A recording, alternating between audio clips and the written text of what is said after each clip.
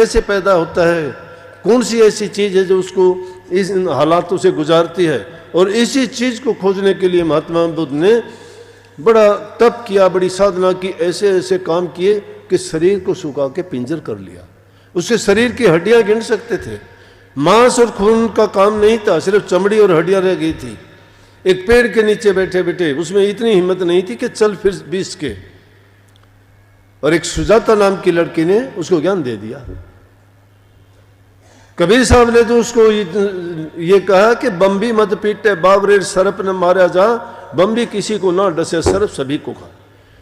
किस ये शरीर एक बम्बी है, एक सांप करने का घर है।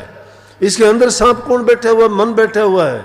मन को तो सुधारते नहीं हो, शरीर को साथ तुम धींगा मस्ती करते हो, इसको खाना छोड़ देते हो, पीना छोड़ देते हो, या अग्नि के बीच में तपाते हो, जल में खड़े हो जाते हो। शरीर ने क्या दोष किया है? उसी महात्मा बुद्ध ने उन चीज़ों को और उसकी बात को मान के और अपने जीवन में आगे ये सोचना पड़ा और कहना पड़ा कि हाँ, ये मेरी गलती थी कि मैंने अपने शरीर को इस प्रकार से दुख दिया, कष्ट दिया। त्याग जरूरत के मुताबिक त्याग होना चाहिए। ये नहीं कि हम अपने आप को ही जब रोगग्रस्त कर देंगे, कमजोर और दुर्बल कर देंगे, निर्बल और असहाय कर देंगे, दूसरे का सहारा तकेंगे, क्या करेगा ये? जरूरत के मुताबिक जो शरीर की चीजें हैं शरीर को दो, लेकिन इसके अंदर जो मन है, मन के कहे पर उसकी चाल को उसको करो, उसकी निरख परख रखो। वो हमें भटकाता है और कहने से मानता भी नहीं है, समझाने से। इसलिए गुरु की जरूरत यहां पड़ती है। उस मन को, मन से ताकतवर हमारा गुरु है। गुरु के अधीन कर दीजिए मन को। गुरु के अधीन करते हैं। परंपरा बनी हुई है कि गुरु को तन भी दे दिया, मन भी दे दिया, धन भी दे दिया। कहने को तो सब कुछ दे दिया, देता कोई कुछ नहीं है। तन मन अगर गुरु को दे दिया, तुम्हारे पास रहा क्या? आस्था और विश्वास रहना चाहिए, तुम्हारी श्रद्धा और यकीन होना चाहिए। ये सारी चीजें दे के भी तुम्हारा यकीन अगर दृढ़ है, श्रद्धा तुम्हारी दृढ़ है, विश्वास तुम्हारा पक्का है, तो समझो तुमने दे दिया। देते कहाँ हो? कहने के लिए तो कहते हो, लेकिन देते कुछ नहीं। क्यों नहीं देते? अपने मन की बात करते हो। राजस्व मत में कहा कि 2 प्रकार के लोग होते, एक मनमुख होते, गुरुमुख होते। गुरुमुख जो वो होता है जो गुरु की बात को मानता है। कबीर साहब जैसे संतों ने भी कही है कि उस गुरुमुखता का भी नमूना ये है कि उल्टे सीधे वचन को शिष्य नहीं मानने दुख कहे, कबीर संसार में शोक करिए गुरुमुख। अगर गुरु तुम्हें कहता है कि उल्टी बात भी कहता है तो समझ लो कि तुम्हारा हित करता है। अगर जैसे भी हमारे लिए बात कही गई है, गुरु जानता है कि उसमें हमारा हित किस प्रकार से है। हम तो अपने मन की बात करते हैं, तो हम तो क्या करेंगे, उसमें हमारा लालच होगा, उसमें हमारा स्वार्थ होगा, किसी न किसी रूप में उसके अंदर हमारी लालसा, हमारी कोई न कोई स्वार्थ भरी चीज छिपी हुई है। लेकिन गुरु निस्वार्थ है, गुरु को कोई लालच नहीं है, गुरु ने कोई किसी को दुख नहीं देना, उनको सुखी करने के लिए ही तरीके बताते हैं, उनके लिए उपदेश और आदेश करते हैं। तो गुरुमुखता का पहला उदाहरण ये दिया कि तुम दुनियादारी की तरफ से पीठ फेरो और गुरु की तरफ सन्मुख हो जाओ। जो गुरुमुख होगा वो गुरु की बात को मानेगा, चाहे वो बात झूठी है, चाहे सच्ची है, चाहे वो कैसी भी है। शिष्य उसको अपने लिए मंत्र मान के कहेगा कि मेरे लिए ये हितकर बात कही है। लेकिन मनमुख उस बात पर इतबार नहीं करेगा। वो तो सोच लेगा कि गुरु तो मेरे साथ छल करता है, कपट करता है, धोखा करता है, बेईमानी करता है। गुरु अगर छल कपट और बेईमानी करता है, वो हमारे नजरिए से सोचते हैं। गुरु उस बात को दूसरे तरीके से करना चाहता है, जिस तरीके से भी उसको समझाना चाहता है वो समझ लेगा। ऐसा हुआ। स्वामी विवेकानंद के पास उसका शिष्य गया एक, और वो शिष्य जाके कहने लगा कि जी मैं भी आपकी तरह से हिंदुस्तान की संस्कृति को, सादगी को और यहाँ की परंपरा और रीति रिवाजों का प्रचार अमेरिका में आपकी तरह जाके करना चाहता हूँ, बिल्कुल सादे जीवन से। विवेकानंद जी ने कहा कि बाद में बताऊंगा। दूसरे दिन फिर गया वो। सोचा उसने कि ये तो विवेकानंद जी ने कोई खास जवाब नहीं दिया, हो सकता है ये खुश नहीं है मेरे से। उन्होंने फिर कहा जी तो मैं वहाँ अमेरिका में जाना चाहता हूँ, मैं आपको यकीन दिलाता हूँ बिल्कुल मैं अपनी परंपराओं के अनुसार रहूँगा, वहाँ के किसी लोभ लालच या बुरी संगत या कोई भी ऐसा काम नहीं करूँगा कि जिससे ये लगे कि भाई मैंने अपनी परंपराओं के विरुद्ध काम किया है। बोला कि अच्छा सोच के बताऊँगा। उसने सोच लिया कि गुरु ने कुछ बताना ही नहीं है, इनको कहना ही नहीं है, ये जाने ही नहीं देंगे, विवेकानंद जी खुश नहीं है तेरे वहाँ जाने से। लेकिन फिर भी तीसरे दिन जाके कहे जी आपने कहा था सोच के बताऊंगा, क्या आपने उसके बारे में कुछ फैसला किया? बोले हाँ तू जा सकता है। बोला जी ये बात आप पहले भी मुझे कह सकते थे। बोला पहले कहने में थोड़ा फर्क था, मैं तेरा संयम, धैर्य और तेरी सहनशीलता देखना चाहता था। अगर तू तावड़ा हो जाता और कहता तो कुछ ना कुछ तू उसमें बोल देता तो मुझे यकीन हो जाता कि ये सही नहीं है। लेकिन मैंने ये धीरे से और बड़े दूसरे तरीके से तेरी धैर्य की परीक्षा ली है और तू उसमें सफल है, तू जा सकता है, इसमें कोई संदेह नहीं। इस प्रकार से गुरु हर प्रकार से शिष्य की निरख परख करता है, छोटी छोटी बातों में ही कर लेता है। शिष्य नहीं समझता कि उनके साथ कैसे और क्यों ऐसा हो रहा है, हाँ गुरु जानता है। और जब वो जांच लेता है कि ये इस काबिल है या नहीं है, इसलिए दो रास्ते हैं। जब गुरु को हमने तन दे दिया, मन दे दिया, धन दे दिया, तो हमारा निजी हमारे पास कुछ भी नहीं है।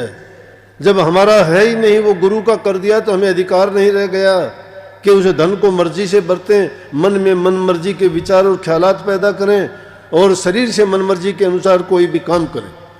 जब भी कोई काम करते हैं तो उसमें ये समझें कि इसमें गुरु की खुशी है कि नहीं, गुरु की आज्ञा है कि नहीं, गुरु ने ऐसा करने की इजाज़त दी है या गुरु के वचन के खिलाफ तो नहीं है ये बात। जब ऐसा सोचते हैं तो वहाँ गुरु का ज्ञान आके खड़ा हो जाता है कि ये चीज़ इस चीज़ के विरुद्ध है, अच्छी नहीं है। अरे हम तो संगत में आते हैं, सत्संग करते हैं, रोज़ाना उपदेश सुनते हैं, लोग हमें सत्संगी कहते हैं ये वहाँ का सत्संगी है, इसने नाम ले लिया, नाम ले लिया। नाम बड़ी चीज़ है। लोग कुरेद के पूछते हैं नाम होता क्या है, तुम नहीं बता पाते नाम क्या होता है, कैसे बताओगे नाम का? नाम का कभी अभ्यास नहीं करते, भूले से भी। छोटी मोटी घटनाओं को लेके फिर गुरु के पास जाके खड़े होते, मेरे सिर में दर्द है, मुझे बुखार है, मेरा ये साथ ये हो गया, मेरे साथ वो हो गया। अरे गुरु ने पूरा ज्ञान तो दिया, समझाया तो है।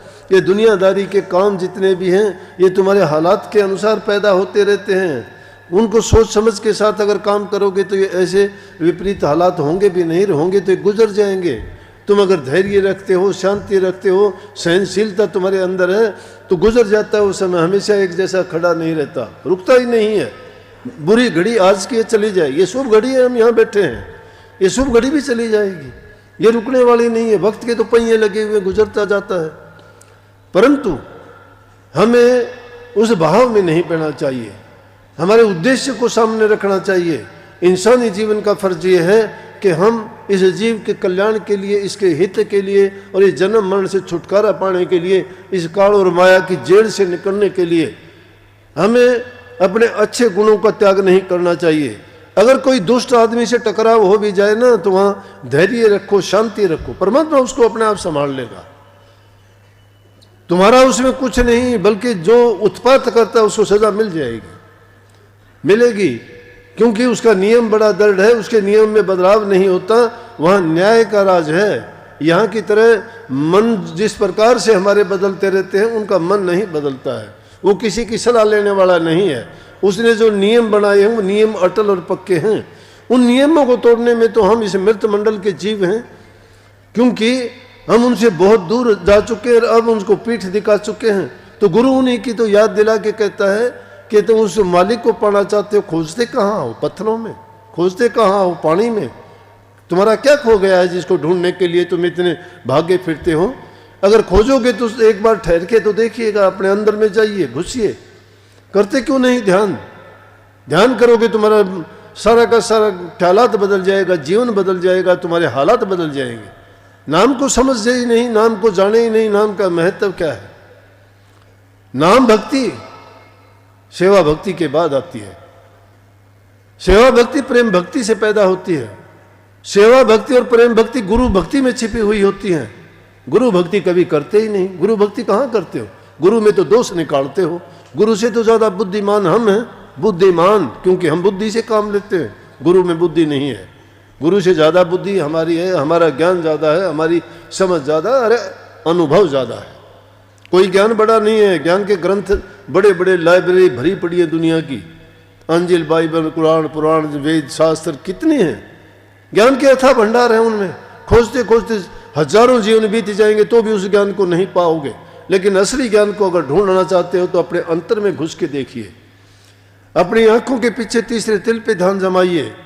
गुरु ने जो तुम्हें ध्यान करने का तरीका बताया है, नाम सुमन का तरीका बताया है, शब्द का सुनना, ध्यान का करना और नाम का जाप करना, ये करते करते तुम ऐसे हालात में पहुंच जाओगे जहां पहुंचने के बाद में ना तुम रहोगे ना तुम्हारा कुछ और रहेगा, तुम्हारा ज्ञान की सीमा वहां पे जाके खत्म हो जाएगी, बिल्कुल अज्ञानी बन जाओगे।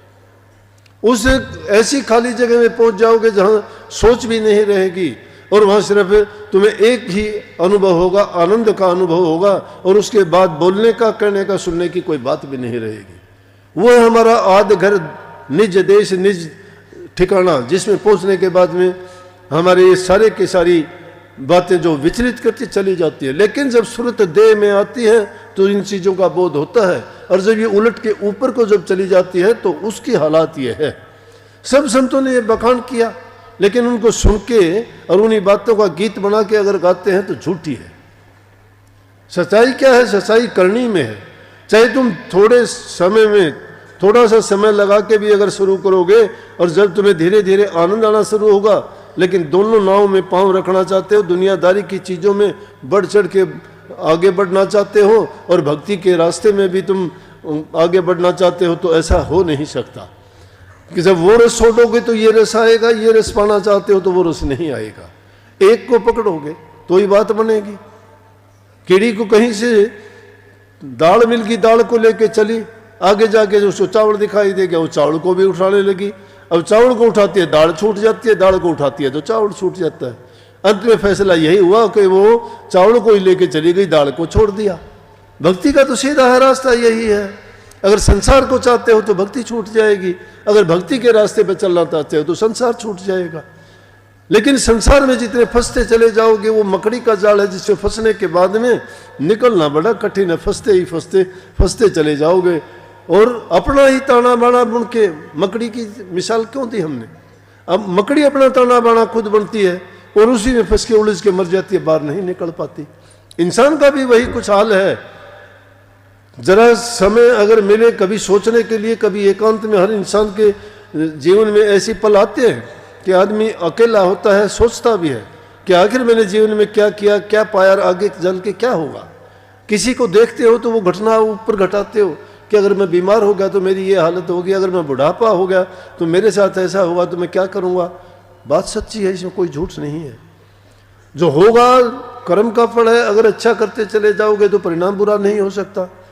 अच्छा काम करोगे उसका नतीजा अच्छा ही होगा, लेकिन बुरे खोटे कर्म जो करता है तो उसका नतीजा अच्छा नहीं हो सकता, परिणाम सामने होगा। वो तो कर्म का परिणाम है, जो करते देखते हो वैसा ही उसमें भी होगा।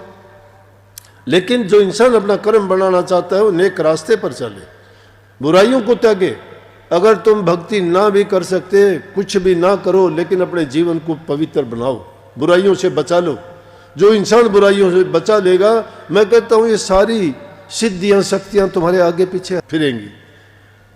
ये 3-4 प्रकार की सिद्धियां हैं। तो कहते हो वो फलाना आदमी तांत्रिक है, उसने ये कर दिया। अरे तांत्रिक तुम भी हो। तुम अपने इस तंत्र से काम नहीं लेते।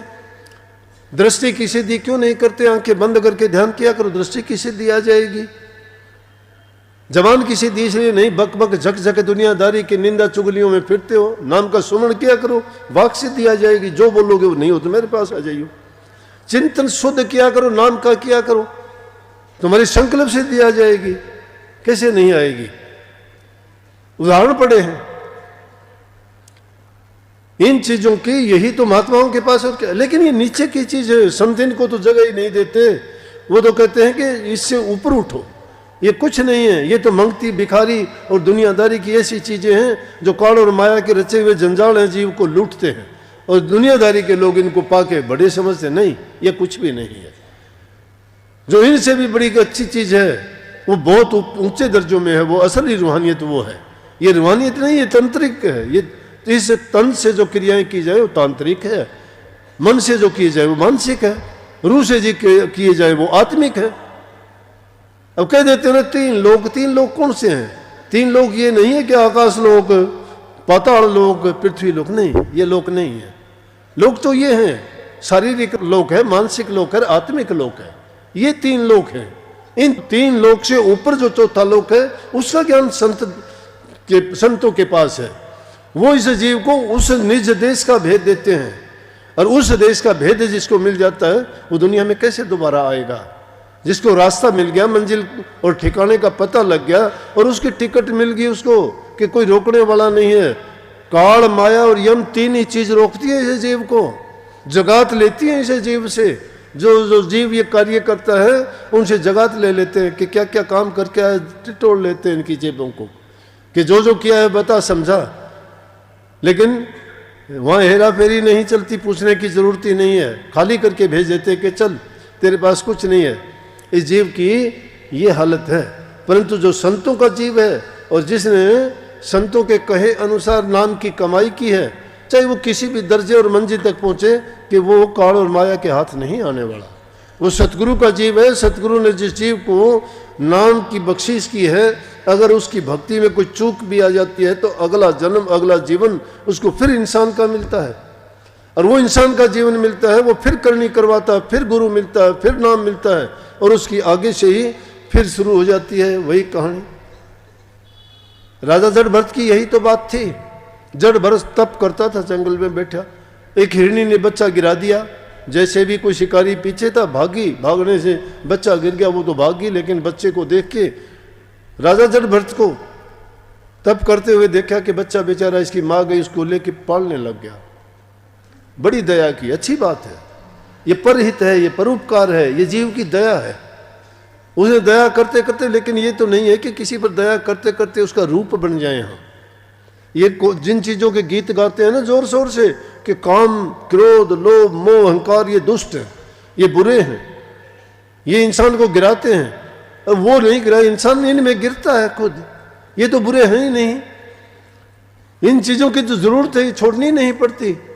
इनके स्वरूप को नहीं समझते, हम गलत रूप को समझ के अपना लेते हैं। अगर ये चीजें ही खत्म हो जाती, इंसान का जीवन ही खत्म है, उसकी जरूरत ही क्या है।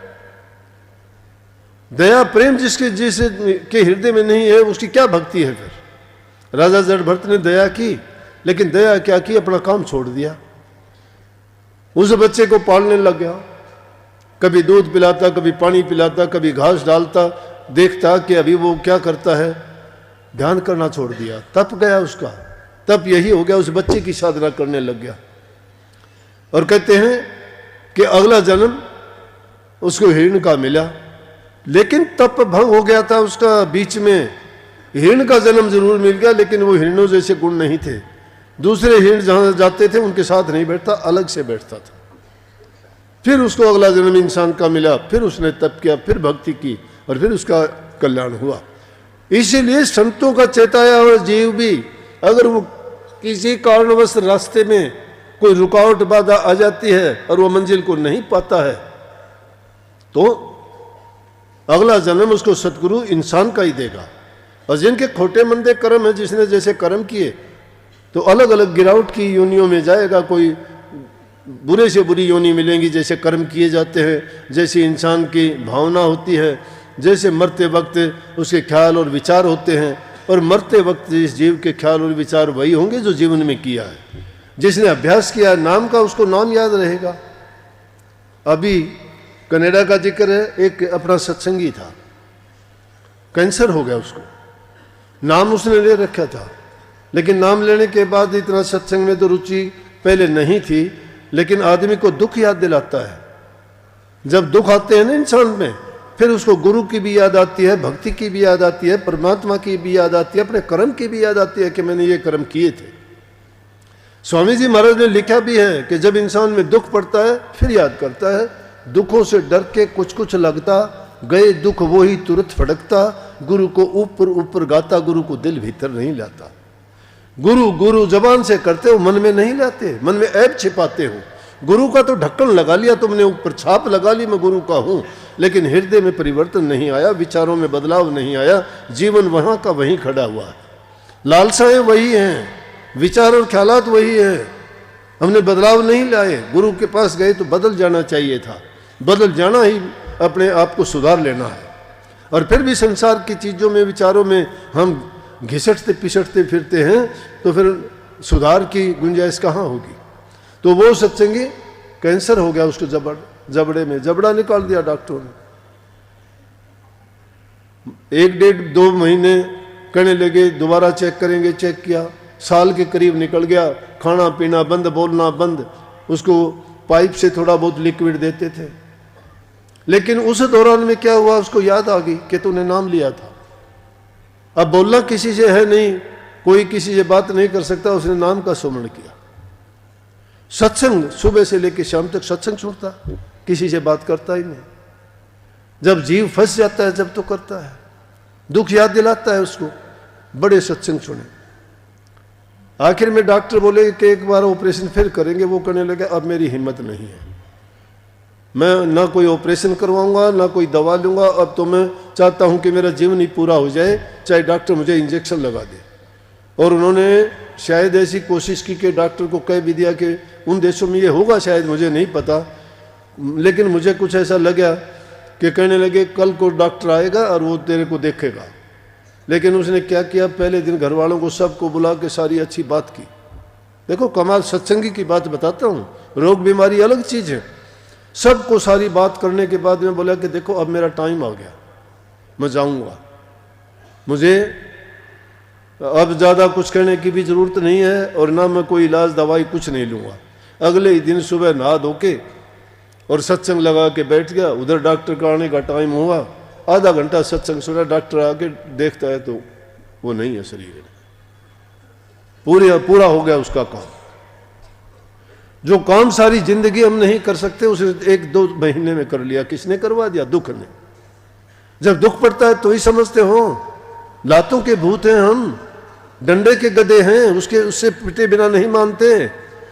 समझाने से और अच्छी बातों को याद दिलाने से नहीं समझते हम। हमारे कान पर जूं तक नहीं रेंगती है, भूल जाते हैं। ये बातें कहने की नहीं, अपनाने की हैं, अपने आप को चेताने की हैं, अपने जीवन में उतारने के लिए हैं। अगर जीवन को संवारना और बढ़ाना चाहते हो, जीवन तो जीव जंतु पशु पक्षी कुत्ते सूअर भी जीते हैं, सांप गधे घोड़े भी अपनी योनि को पूरी करते हैं।